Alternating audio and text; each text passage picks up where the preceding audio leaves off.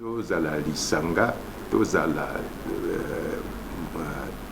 moto moko biso nyonso tosanga totia bamitu na biso na mayele na biso esika moko po te tokenda kobongisa mboka na biso moto mosusu akoya kobongisa mboka na biso lokola biso moko aza te eza mboka na biso ata lobi wana toswanaki toyokanaki te me lelo na kasi makambo eza kotambola makambo eza kobonga tosangana po toyokana.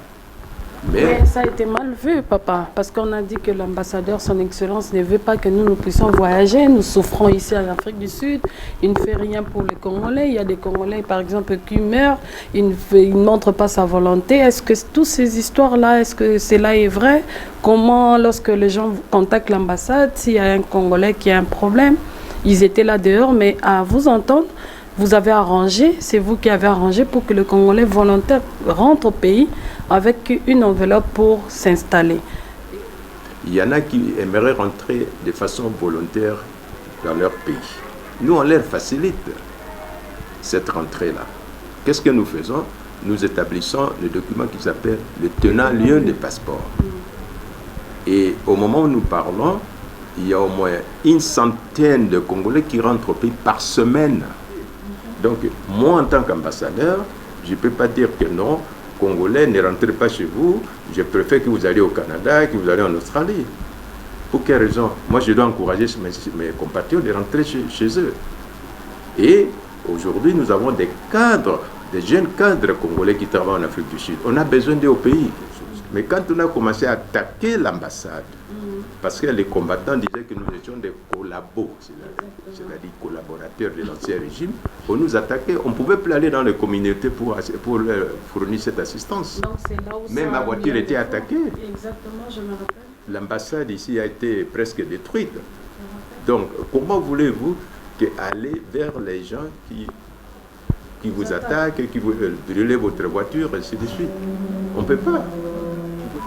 D'après les règles des Nations Unies, lorsque les citoyens d'un pays quitte son pays pour demander l'asile dans un pays tiers, cet individu ne peut plus entrer en contact avec son ambassade parce que le pays hôte, dans le cas d'espèce, c'est l'Afrique du Sud, doit protéger ces gens-là contre son pays parce qu'ils ont quitté le pays, parfois parce qu'ils sont persécutés.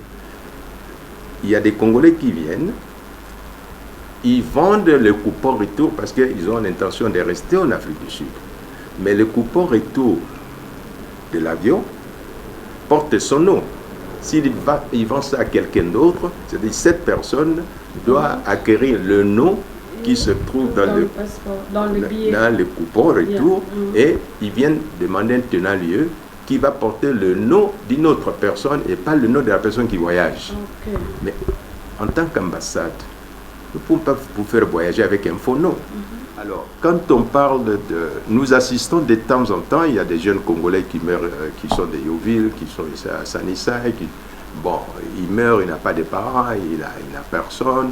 On demande à l'ambassade de contribuer à l'enterrement. On le fait dans la mesure du possible parce que l'ambassade n'a pas beaucoup de moyens pour enterrer tout le monde qui meurt en Afrique du Sud. Mais nous participons quand même, dans la mesure du possible. Si on est au courant, si on nous informe, nous participons. Mais on n'a pas un fonds pour enterrer chaque Congolais qui meurt en Afrique du Sud. Même la France n'enterre pas ses ressources. L'ambassade d'Amérique n'enterre pas les amis. Voilà, chers téléspectateurs, nous sommes déjà là. Si vous êtes en train de suivre, là, ce sont des couples congolais, les jeunes couples congolais que l'ambassadeur va recevoir aujourd'hui, qui viendra les saluer personnellement, parce que c'est la fierté de notre Congo lorsque nous voyons les jeunes se marier à l'ambassade civilement. Là, nous avons notre Excellence, Monsieur l'ambassadeur qui est en train d'embrasser les couples. Félicitations. Vous êtes tous les deux Congolais? Oui. D'accord. Et nous voyons aussi à Papa Yav qui est juste à côté. Papa Yav, c'est le premier conseiller. Le ministre conseiller, c'est lui au fait qui est en charge de marier le Congolais. Nous lisons l'article 40 de la Constitution. Tout individu a le droit de se marier avec la personne de son choix, de sexe opposé et de fonder une famille. La famille, cellule de base de la communauté humaine, est organisée de manière à assurer son unité, sa stabilité et sa protection. Elle est placée sous la protection des pouvoirs publics. C'est l'article 40 de la Constitution. Et la Constitution donne la liberté à tout Congolais de se marier avec la personne de son choix, de sexe opposé. Deuxième élément, dans cet article, la Constitution relève l'importance de la famille. À Madame Asifiwe Wendo Agripine, et je t'en félicite.